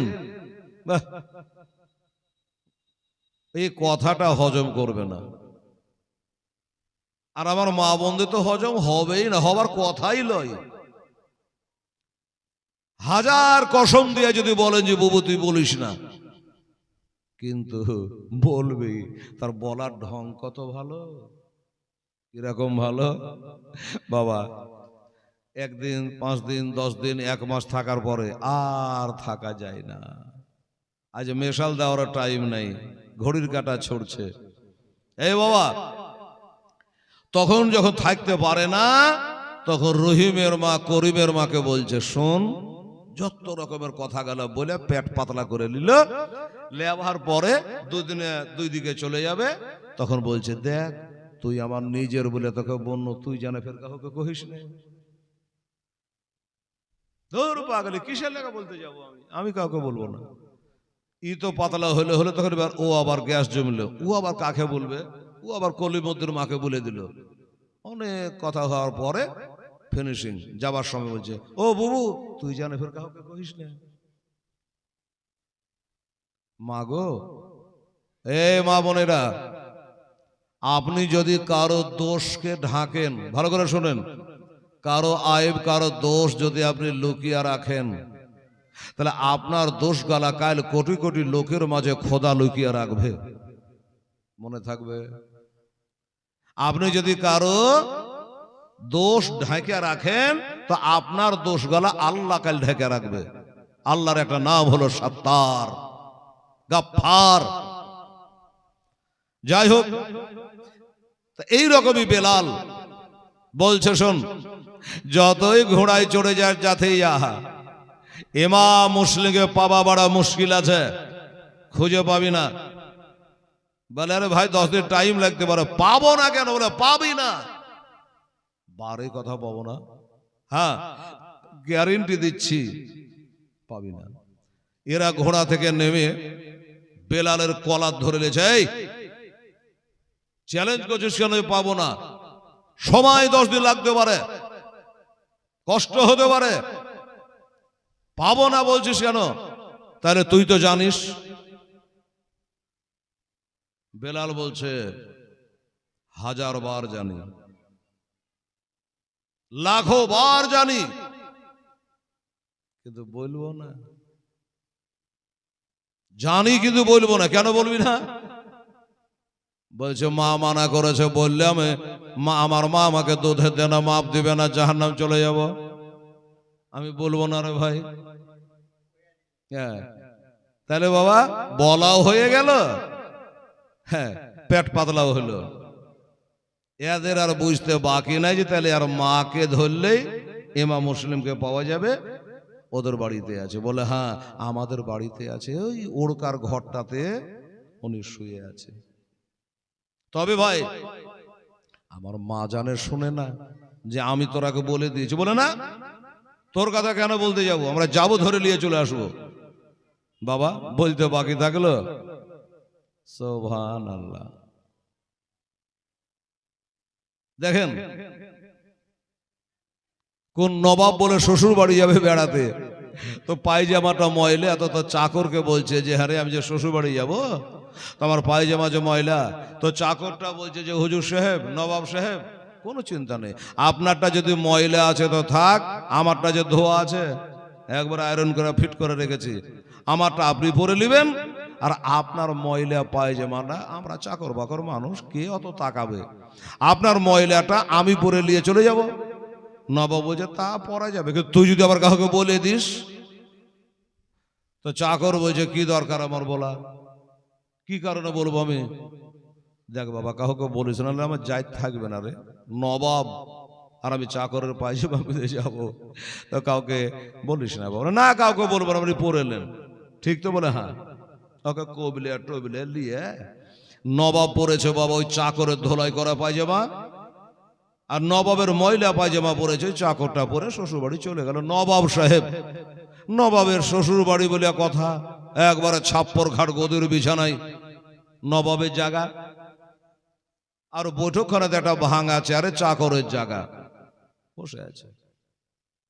আর বলবো হায়রে হায়রে, গোটা গ্রামের মানুষ বাবা যেমন পীর সাহেবের আইলে হয় ওইরকম দলের দলে মানুষ, দলে দলে মানুষ আসছে। কেন? বলে যে নবাব বহুদিন আমাদের দেশে আসে নাই, শ্বশুর বাড়ি আসে নাই, তো আজকে এসছে, একটু দেখা করবো, একটু সালাম মুসাফা করবো, অন্য কিছু না। একদল মানুষ এলো, আসাই ওই চাকরকে জিজ্ঞাসা করছে, ভাই একটা, আপনি কি? তো বলে আমি হলাম নবাবের চাকর। আচ্ছা, তাহলে তো ঠিক জায়গাতেই পৌঁছাচ্ছি, তাড়াতাড়ি খবর হবে। আপনি নবাবের চাকর? বললাম হ্যাঁ। আচ্ছা ভাই, নবাব কোন ঘরে আছে এটা কি একটু বলবেন? নবাব কোন ঘরে আছে একটু বলবেন? নবাব কান খাড়া করেছে। আল্লাহ, পায়জামার কথা যদি শ্বশুরের দেশের লোককে বলে দেয় তাহলে তো যাই থাকবে না, কি যে বলবে। তো বলছে বাবা রে, বল না বাবা, নবাব কোন ঘরে আছে তুই জানিস, একটু বলবি? তো বলছে 100 বার বলবো, 1000 বার বলবো, কিন্তু এই পায়জামাটার কথা বলবো না। পায়জামার কথা জিজ্ঞাসা করিস না ভাই। লোকজন বললো যে কোন কথার ভেতর কোন কথা? পায়জামার কথা মানে? বলে নবাব যেটা ধোলাই করা পায়জামা পরে আছে কিনা ওটা আমারই। আরে ময়লা পায়জামা যে দেখছেন এটা হলো নবাবের। লোকজন বলে তোবা তোবা, চাকরের পায়জামা পরে যে নবাব শ্বশুর বাড়ি আসে, কেউ ওর সাথে দেখা করবে? চল, রাগ করে চলে গেল। আর এক দল আসলো, আবার জিজ্ঞাসা করছে, আজকে নবাব এসে এক থাপ্পড় লাগিয়েছে, বেয়াদব, তোকে গোটা রাস্তা শিখালাম, বাড়িতে শিখালাম যে খবরদার বলিস না। তো বলছে হুজুর আমি ভাবছি আপনি হয়তো ঘুমিয়ে টুমিয়ে আছে, ওরা বলছে নবাবকে দেখবো। তা আমি বললাম যে নবাব দেখবেন না নবাবের পায়জামা দেখবেন? তা আমি মনে করি যদি আপনার পায়জামাটা দেখে ধলক হোক আর ময়লাই হোক, দেখা যেতে ওরা চলে যেতে, তাহলে আপনার ঘুমটা হয়ে যাবে। এর লেগে বললি? বলে হ্যাঁ, মানে বলবে কোনো বাহানতে। চলে গেল। আর এক দল এসছে, আর এক দল এসে জিজ্ঞাসা করছে, এ ভাই তুমি কে? বলে আমি নবাবের চাকর। আচ্ছা ভাই, তুমি তো নবাবের চাকর, নবাব কোন ঘরে আছো বলবা? ওই একই কথা, যে নবাব কোন ঘরে আছে 100 বার বলবো, 1000 বার বলবো, কিন্তু জোড়হাত করে বলছি ভাই, এই পায়জামাটার কথা জিজ্ঞাসা করিস না। একবার মার খেয়েছি, তো নবাব বলছে একে মারেও যা, না মারেও তা, মানে বলবেই এইরকম। বেলাল বলে দিয়েছে বাবা, 20-22 জন ঘরে সবার ঘোড়ায় চড়ে চলে আসলো। এবার তোয়ার বাড়ি কি বলে ঘেরাও করে নিয়েছে বাবা, ওই সে তোয়া বিবির বাড়ি। তো ঘোড়া যে খাটখাট খাটখাট করে আসছে, এটা কিন্তু আওয়াজ ইমাম মুসলিমের কানে লেগে গেছে। উনি যে বালিশটায় মাথা দিয়ে আছে, ওই বালিশের তলে 3.5 কেজি ওজনের একবারে সূর্যের মতো চকচক করছে একটা তালোয়ার ইমাম মুসলিম বালিশের তলে রেখে মাথা দিয়ে শুয়ে আছে। যখন দেখলো যে ঘোড়া খাটখাট খাটখাট খাটখাট করে আসছে, তো ইমাম মুসলিম মনে করলো যে মনে হয় আমাকে ধরতে আসছে, হ্যাঁ আমাকে ধরতে আসছে। তালোয়ারটাকে তুলে বালিশের তল থেকে তুলে বালিশের ওপরে রাখলো, যদি সেরকম হয় তাহলে যুদ্ধ চালু করে দেবো আজ। মুখের কথা জবানে জারি, ঘেরাও করে নিয়েছে বাবা। দরজা ঘাটখাট আছে বেলালের মা। বেলালের মা বলছে আল্লাহ তাহলে আমার বেলাল পাঠাইছে নাকি? আল্লাহ গো, যদি আমার বেলাল কিছু বলে থাকে আল্লাহ, আমি তাকে দুধের দেনা মাপ দেব না। দেখা যাক। দরজা খুললো, সরকারি লোক। কি বাবা, তোমার নাম তোয়া বিবি? বলে হ্যাঁ। তুমি বেলালের মা? বললে হ্যাঁ। কেন, কি হয়েছে? বলে তোমার বাড়িতে নাকি ইমাম মুসলিম রাদিয়াল্লাহু তাআলা আনহু রয়েছে। মেয়েটা চিন্তা করলো, ঠিক বেলালের কাজ। এখন আমি কি করি? যদি বলি হ্যাঁ বাবা আছে, বিশ্বাসঘাতকিনী হবে। ওই ইমাম মুসলিম মনে করবে যে আমাকে ধরিয়ে দিল। আর যদি বলি যে বাবারে আমার বাড়িতে নাই, তাহলে মিথ্যা কথা বলা হলো। আর আমার নবী বলেছে সমস্ত পাপের মা হলো মিথ্যা কথা বলা। কি করা যায়? যাই হোক, মেয়েটা বলে যে জাহান্নামে যাবো। আমার নমাজ রোজা যদি বাদও হয়ে যায় যাক, কিন্তু নবী ঘরের একটা ছেলেকে আমি সত্য কথা বলে ওই জাল্লাদদের হাতে আমি অ্যারেস্ট করতে দেব না। ইমান দেখেন মা বোনেরা। সাথে সাথে এবার যেমনি বলেছে বাবা গো নাই আমার বাড়িতে, কথাটা মুখ দিয়ে বেরাবে। আমার ইমাম মশাইয়ের সাথে সাথে বাবা পিছনখানে দাঁড়িয়ে গেল আর বলে বেলালের মা, এই তোয়া বিবিরি তুই বলে দে যে আছে। হুজুর আপনি কেন এত মাথা ঢোকালেন? আমি যে নাই বলতাম। বলে মা নাই বলে তোর মিথ্যা কথা বলে খাতা ভর্তি করে লাভ কি, গোনা করে লাভ কি? ওরে মা, আমার 4 আঙ্গুল কপালে যেটা লেখা আছে সেটা হবেই মা, তুই আমাকে বাঁচাতে পারবি না। আমার হায়াত মওতের মালিক হলো আল্লাহ রব্বুল আলামিন। এই কথা বলে বাবা এবার 20-22টা লোক বাড়িতে হই করে ঢুকে গেল। এবার যুদ্ধ চালু হয়ে গেল। আমার ইমাম মুসলিম রাদিয়াল্লাহু তাআলা আনহু ফাতেহে খয়বরের ঘরের ছেলে বাবা এমন করে তলবার চালাতে লাগলো যেন 20-22 জন লোককে বাড়ি থেকে বাহির করে দিল। বাড়ি থেকে বার করে দিয়েছে। যখনই বার করে দিয়েছে বাবা আবার হই করে তারা ঢুকলো। আবার হই করে ঢুকি আবার যুদ্ধ চালু হয়ে গেল। বাবারা এদিকে 20-22 জন আর উনি হলো একা। একটা দৌড়াচার পাবি, একটা তালবার বাবার নিশান করে মেরে দিয়েছে রে মা। যেমন মেরেছে ওই তালবার খানা লাগবে তোলা আমার ইমাম মুসলিম রাদিয়াল্লাহু তাআলা আনহু ওপরকা ঠোঁটে বাবা লেগে গেল। আর ওপরকা ঠোঁটে লাগলো, ঠোঁটটা কেটে গেল। আর 2টা দাঁত মুবারক শহীদ হয়ে গেল। 2টা দমদার মুবারকা শহীদ হয়ে গেল। নিজেকার ঠোঁটটাও কেটে গেল রে বাবা।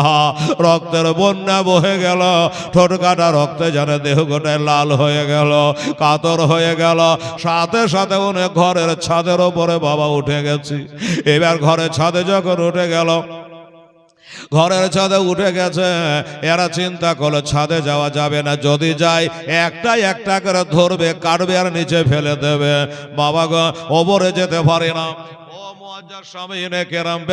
ইসলাম মা বোনেরা, যাই হোক বাবা এরা নিচে থেকে বললে ইমাম মুসলিম নিচে নেমে আসো, আর যুদ্ধ হবে না, তোমার তলোয়ার খাপে ভরে নাও, আমাদেরটা আমরা খাপে ভরে নিলাম। খাবে ভরে নিল। এবার নিচে চলে আসলো। ইমাম মুসলিমকে তারা বলে আপনাকে অ্যারেস্ট করা হলো। তাই নাকি? বলে হ্যাঁ। অ্যারেস্ট করে নিয়ে এবার ইবনে জিয়াদের দরবারে নিয়ে যাবে বাবা। কিসে করে নিয়ে যাবে? ঘোড়ায় করে নিয়ে যাবে। ইমাম মুসলিম এবার ঘোড়ার রেখাবে পা রেখেছে, ঘোড়াতে চাপতে যাবে। যেমনি ঘোড়ায় চাপতে যাচ্ছে ইমামের মুখ দিয়ে বার হলো ইন্না লিল্লাহি ওয়া ইন্না ইলাইহি রাজিউন। কেন বলো জানেন? এই দোয়াটা কেন বললো?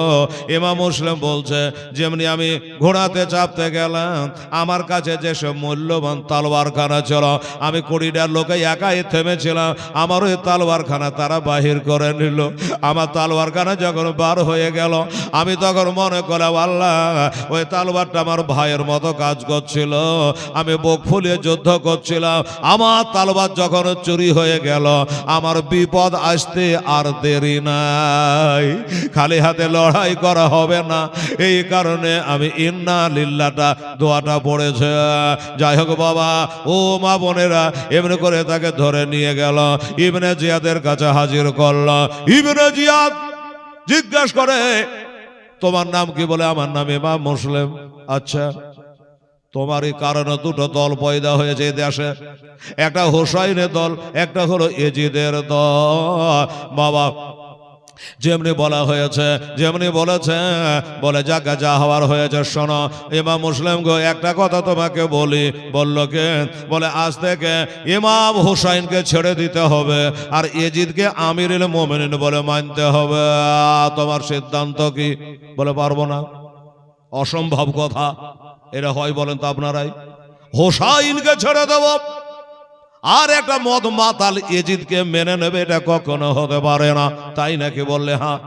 আচ্ছা ঠিক আছে, এক কাম করো, এত তাড়াতাড়ি সিদ্ধান্ত নেওয়া যায় না। ও রেখে আছি, একে জেলের মধ্যে ঢুকিয়ে দেয়। এবার জেলে ঢুকিয়ে দিলে একটা রাত চিন্তা ভাবনা করো, কাল বাহির করে জিজ্ঞাসা করব। তাড়াতাড়ি করে বলি বাবা, ঘড়ি চলছে 11:15 হয়ে গেল। ও বাবারা, ভাইয়েরা রে, আমার মা বোনেরা, এবার জেলে ঢুকিয়ে দিল বাবা। আবার ভোরে বার করে নিয়ে আসলো। আবার বার করে নিয়ে আসার পরে আবার জিজ্ঞাসা করছে কি? ও ইমাম মুসলিম বলো, একটা রাত্রে তোমাকে সময় দিয়েছিলাম, বলো হোসাইনকে ছাড়বে কিনা? উনি বলল হ্যাঁ, আমি হোসাইনকে ছাড়বো, রাজি হয়ে গেলাম, কিন্তু আমার একটা কথা আছে। বলে কি কথা? বলো।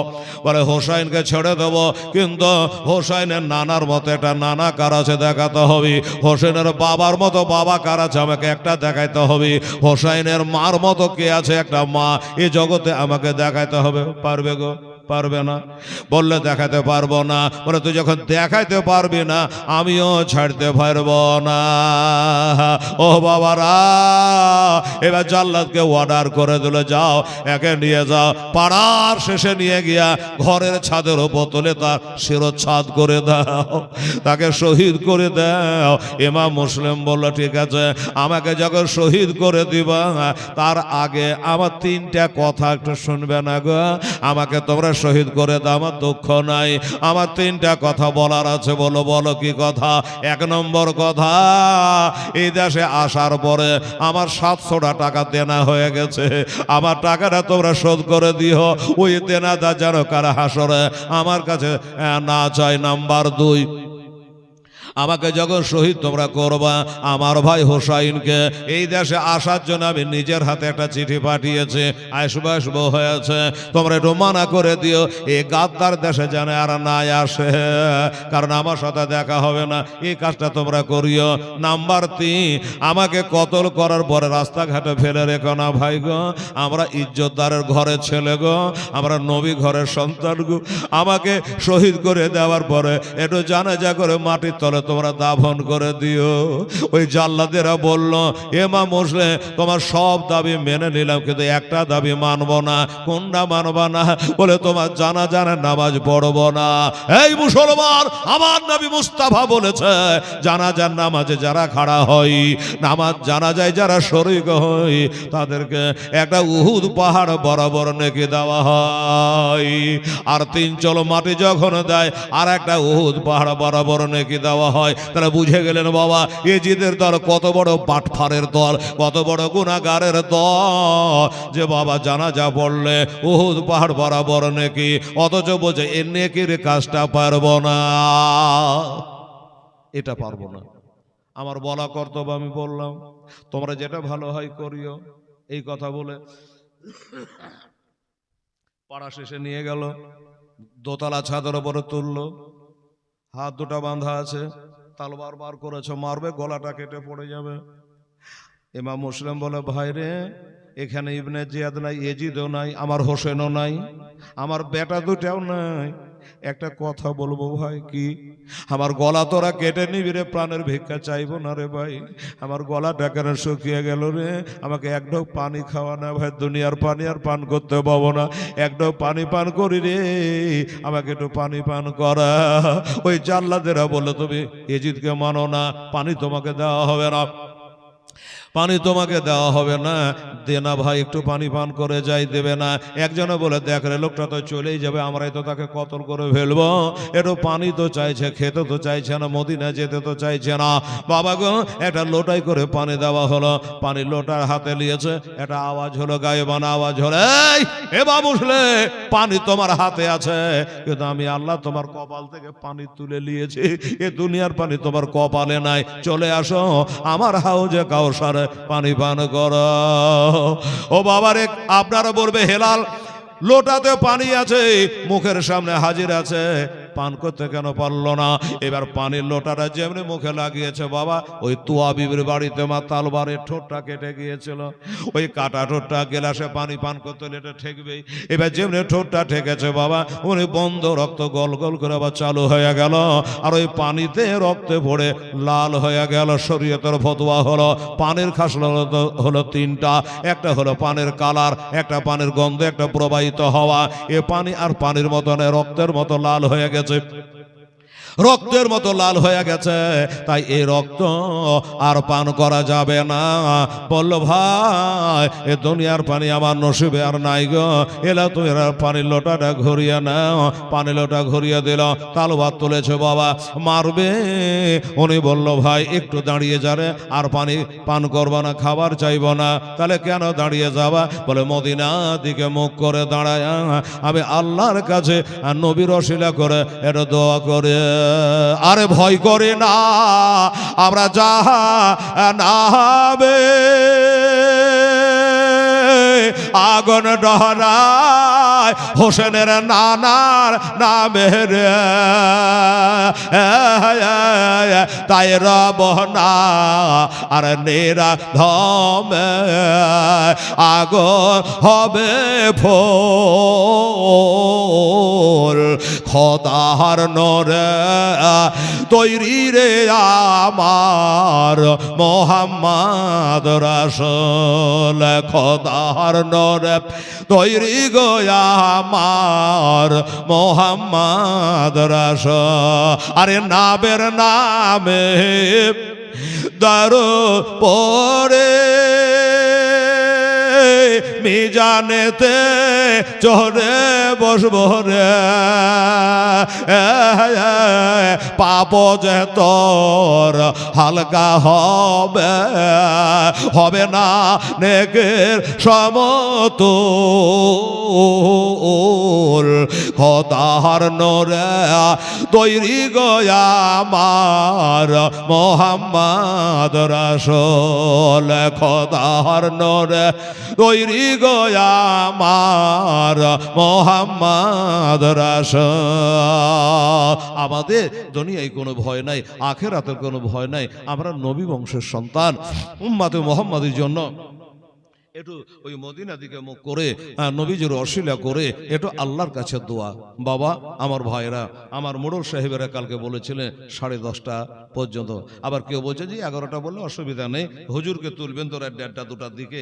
তো যাকে 11টা বাদ দিয়ে গেল, কমিউনিটার বাকি আছে, পাক্কা 11টাতে দোয়া হবে। কি গো জি, পাক্কা 11টায় দোয়া করলে অসুবিধা হবে নাকি?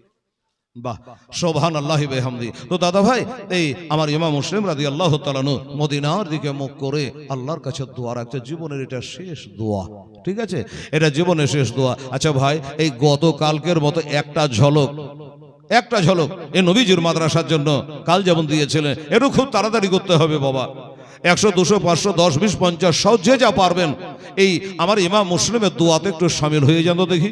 আপনাদের বাপ মা ভাই বেরাদারের জন্য অশিলে দোয়া হবে, একটু মাদ্রাসার কাজ হবে। এই আমার মা সোনামুড়িরা, এই কমিটির ছেলেরা বাবু, 2-1টা উঠে একটু আমার মা বোনদের কাছে জানতো দে। আলহামদুলিল্লাহ, এই দেখেন কে যে দিল, খোদা জানছে, যিনি দিলেন তিনি জানেন, আমার নবী জানছেন। নারে তাকবীর, নারে রিসালাত, মাসলাকে আলা হযরত। এই দেখেন বাবু, 500টা টাকা নবীর ঘরে দান করেছে। 3 থেকে 4 মিনিট। এই বাবু, এই একটা কেউ যাও একটু মা বোনের কাছে, যাও যাও, দু একটা ছেলে, এই যে একটা বাচ্চা 10 টাকা দিয়েছে, একটু এগিয়ে আসেন, কত দূরে বসে আছেন জি? আচ্ছা দে। সুবহানাল্লাহ। এই দেখেন আমার মা বোনেরা বাচ্চা কাজ দিয়ে 200 টাকা দিয়ে পাঠিয়েছে। আলহামদুলিল্লাহ, আবার নিয়ে যা, দৌড়ে যা। এই যে আমার মা বোনেরা দিয়েছেন 70 টাকা মতো, আরো আল্লাহ তুমি কবুল করে নিও, আমিন। জাযাকাল্লাহ। আমার মায়ের আরো একটা 20 টাকা দিয়ে দিয়েছে। এ মা সোনা, কমিটির কেউ নাই মা, বলে বলে ব্যাগাত্তা করে এখানে উঠানো যায়, তো ওই বাচ্চা কাচ্চার হাত দিয়ে পাঠান। একটা কাজ কর মা, ওই বাচ্চা কাচ্চার হাত দিয়ে যদি আপনি এইভাবে দিয়ে পাঠান, এখানে বলে বলছে না, সব জায়গাতে বাচ্চাদের হাতে দিয়ে পাঠাবে, তাহলে দিয়ে দিয়ে দিয়ে দিয়ে আচ্ছা দিয়ে দিয়ে দিয়ে ওই বাচ্চাদের দেওয়া অভ্যাস হয়ে যাবে। আপনি যখন মরে যাবেন তো দিতেই থাকবে ওরা। আপনার। মাশাআল্লাহ। আমার এই বাবুও 50 টাকা দিয়েছে। আচ্ছা, আরো আমার মা বোনেরা এটাও বদল 50 টাকা মতো দিয়ে পাঠিয়েছে। আল্লাহ পাক তুমি কবুল করে নিও। গজলটা বলে দোয়া হবে। আমার মা বোনেরা ভাইরা, এ বাবু 500 টাকা দিয়েছেন একজন আল্লাহর বান্দা, জানেন না কি আছে তার নিয়াত, আল্লাহ তার নিয়াতকে পুরা করে দিও, আমিন। আচ্ছা, হাদিয়া শুরু 200 টাকা দিয়েছে। হ্যাঁ, কোরআন শরীফের জন্য যেখানে যাবে মাদ্রাসা ঢুকে যাবে, কোরআনের হাদিয়া শুরু 200 টাকা। আমার মায়েরা বোনেরা সোনারা দান করেছে। আল্লাহ আমার মা বোন রোগ বলা থেকে আল্লাহ তুমি রক্ষা করে নিয়ে, জোরে বলুন আমিন, সম্মা আমিন। আসুন। আচ্ছা এই ভাই, হ্যাঁ এই পিছন দিকে যান, এ মা বোন তাড়াতাড়ি করো, মা 10 20 50 100 করে যা দিবেন দেন আজকে। হ্যাঁ, আরেকজন আমার বাবজিও 50 টাকা দিয়েছে, আল্লাহ তাআলা তুমি কবুল করো নি, আমি। আচ্ছা ভাই, ছেলে যারা আছেন, আচ্ছা একটা 500 টাকার নোট দিয়েছে। আচ্ছা কোন একটা আল্লাহর বান্দা 500 টাকা দিতে পারে না কেউ? মরা মার নামে, বাপের নামে, ভাই দাদু, হ্যাঁ নানা নানির নামে 500 টাকা একটা জোড়া হয়ে যেত 500 টাকা দিয়ে। হাই হাই, সুবহানাল্লাহ, আলহামদুলিল্লাহ।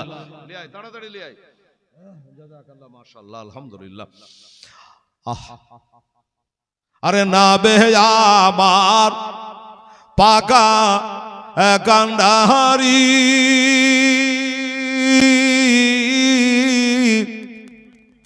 সত্য হালে ছাড়বেন তোরে রে নবে আমার পাকা কান্ডাহারি, সত্য হালে ছাড়বেন তোরে রে, তাই তো বসে আজ আরাম করে পাইব নদীর কূল, খোদার নরে তৈরি গয়া আমার মোহাম্মদ, খোদার নরে তৈরি গয়া আমার মোহাম্মদ রাসূল। এ মা বোনেরা তাড়াতাড়ি দেন, মা আমার সময় চলে যাচ্ছে। আর আমার দাদুরাকে বলেছি, ভাইয়েরাকে বলেছি, আমার আব্বাজানকে বলেছি, একটা কোন খোদার বান্দা মর্দ মুজাহিদ 500 টাকা যদি পারেন ইনশাআল্লাহ দেবেন। আজকে টাইম শর্ট, তাহলে এটা জোড়া হয়ে যাবে। এই আবদারটা করেছি, কেউ পারলে একবার চেষ্টা করে দেখবেন, তাহলে কি হবে?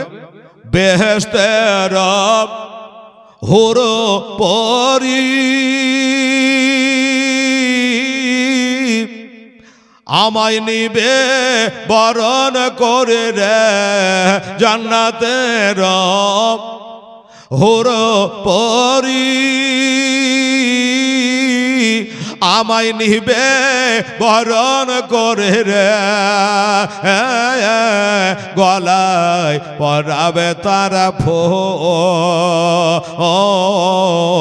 খোদার নরে তৈরি গয়া আমার মোহাম্মদ রাসূল, খোদার নরে তৈরি গয়া আমার মোহাম্মদ রাসূল, যার আদেশে নামাজ পড়ি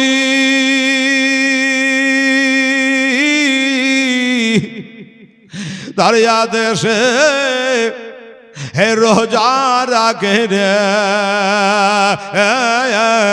রইব সুখে এই আধার ঘরে, হবে না নেকের সমতুল,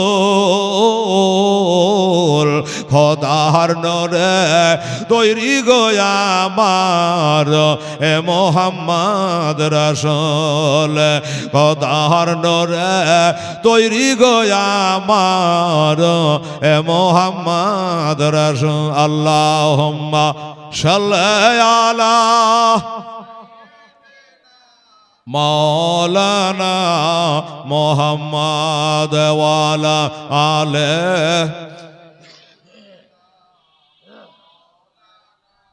মোহাম্মদ সাল্লাম। বাবা সময় নেই, টাইম নেই, জানেন তো কালেকশন করলে টাইমেরও দরকার, কিন্তু আজকে কি করে যে 2 ঘন্টা পার হয়ে গেল তো বুঝতেই পারলাম না।